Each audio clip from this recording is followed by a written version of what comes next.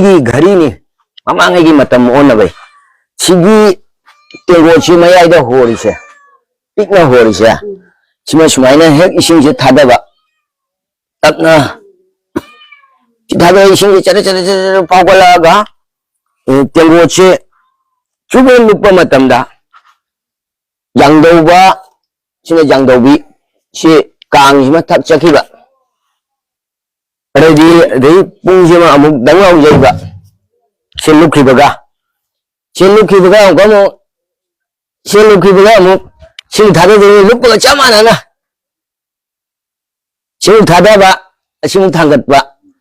नि मथां सिंग लुखिबगा अमुक अनि जतबा आंजा से पुंग से निपान ना कोदिया हजिति बारोना कनो सरू अनि थोना पुंग कुन मरी से साइड ना हाना निपान ना कोई ड्यूटी से कोनुंग की ड्यूटी से पुंग निपान ना मी से सिंदोकपा अदुना पुंग निपान की पुंग ओइना सारगा मसी घड़ी ओइना कोई थाइना मामा सिजना रमे सि लेरा एसिना कोई तांजै पुंग असिना लानबुंग सि लानबुंग लेरा लान तौरपदा सि मतम पुरम गजैबा यादबा पुंगनी अजे लान सि कंखलादी कन्ना जैबी अहिंग द खंगे नोंजाय द खंगे अदो अखोय खंबा पोकपदा पुरेमना हरामन जैरुबदगी माक्से अवाब तागिबदो अदुमाय तौना अवाबा ताहनबा याबा पुंगनी से निंथौगी केनोदा अहिंग हरावबुंग कोई लाय हरावबगुंबा रे मैतैगी अचौबा प्रोग्राम सिंग जैनबै पुंग सिमयामै तिंगना सवल लैत्रे अरे सोंदा मुकम लेरे इता थांगमैगी वारी थाइनागी थांगमै मखोनी से थाइना ममांगे दे सीजन है वो थांगमै मखोगी से लोइना फोल्डिंग खरा वांखलांगे सुजाबा याम मैतैगी आइडिया से जस्ट तौबा सि थांगमै से अयामना सिगुंबा थांगमै से कोनगी थांगमै से आना सीजन रमी से असे लेरा अरे दे कोई जेरॉक्स थाइनागी प्रिंटर मशीन हाइब्रा जेरॉक्स क्वेश्चन पेपर का से मथंग यार चिंथोप याबा मशीन लेत्रिङै ममांगा हैंडल से लेरगा अरे माइक्रोफोन लेरे अरे रेकॉर्ड लेरे लता मंगेशकर की रेकॉर्ड अचिंग थाइना ममांगा भी हजिति पिसा पिकपा मेमोरी इन इसे लिसिंग हाब यारे से इसे निपान मुका चलंगदा अपाक सिमदा से मथंग खुचु खुलाई थाइना की ममांगा की ममांगी नतनी असे पुंगी मखन दिमासाना चिंबा मखन पुंग लेरे अरे दे असिना संदंग मची से याक मची से लेरे अरे मथंग अरे सोंदा सजी मची अरे दी सिसु संदंग मची नि सिना तराउची आना कोई उदोय मची से हुतोगा खोंग बसिना उदोय मची से हुतोगा सेसिगा मैना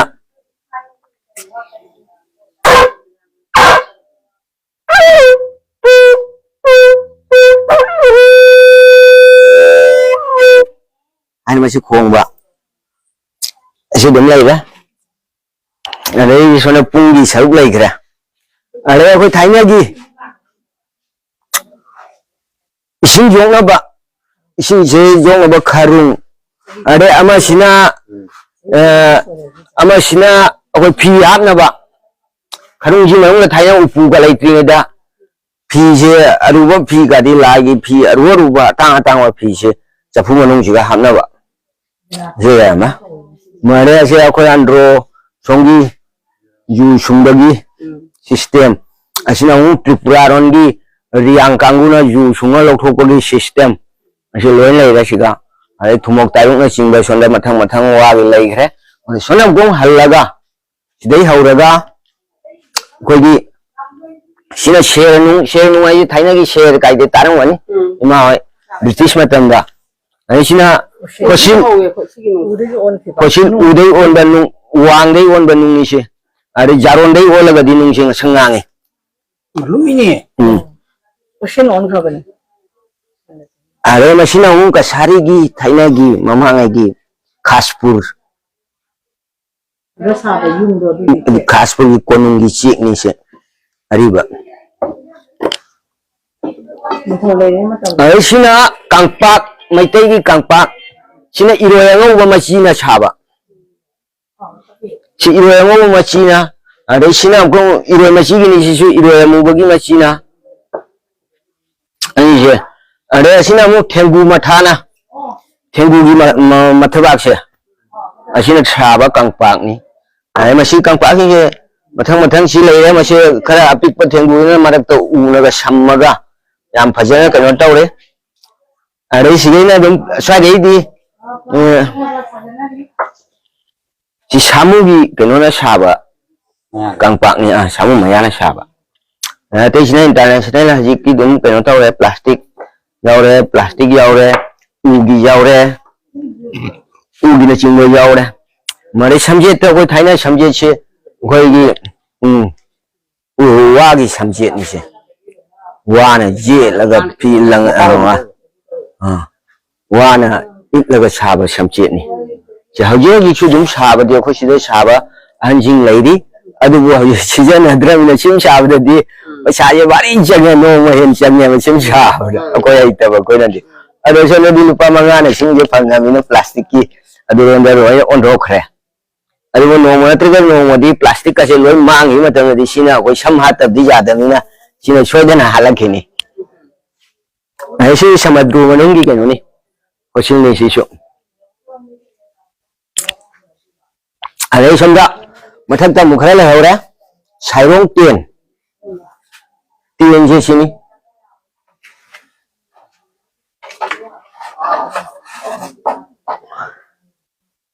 सी तेन सिनी असी कापा अहैबा कोई सिले असी मयाम ले अरे सिना अरामबाई से अरामबाई मणिपुर अंदर सुदुम खा मयाम उरमनी उवा कनो तौरमनी अदो लंग खोटपा अमसु उरमनी अखोय सुदुम सिदा लंगना खोटना मफम जे चाव मफम दे लंगना दुम खरखर प्रैक्टिस तौई कायनादि नोमद्रे नोमदि अमुक लान हौरकपसु जायना अरेगी मखादा मुक सिगी मखासे कोनगी कनो सिदा कोंदुम मायम लेरे कोरफू कोरफान कोंदुम गायना लेसे कोंदुम से कोसी कोंदुम की एरिया मथंग मथंग से लागा सिबाव से कोंदुम ने मरे अमुक सिनो कोरफान लेरे कोरफान लेरे से मथंग मथंग सिबाव से अमुक कोरफान लेरे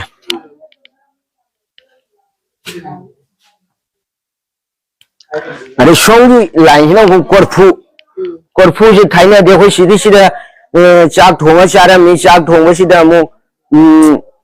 हतबा महू चेंब तीन कांग तारबाउदा सी कोनजिना लोइना चुथोई आइना कोइ मैतैना यामदि मैतैना मसे सी कोरफुजिने मैतैना सिजन नै यारना देगे दौगनि रे तादा लेरे ता सलाई तरे कित्ता सलाई तरे कित्ता मया अरेगी यारे आई मोने दम काप ले मोय मैं कापो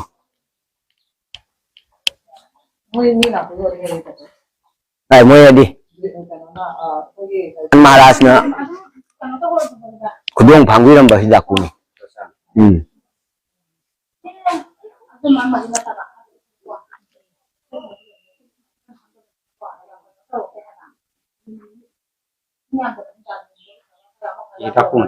जापू मतनी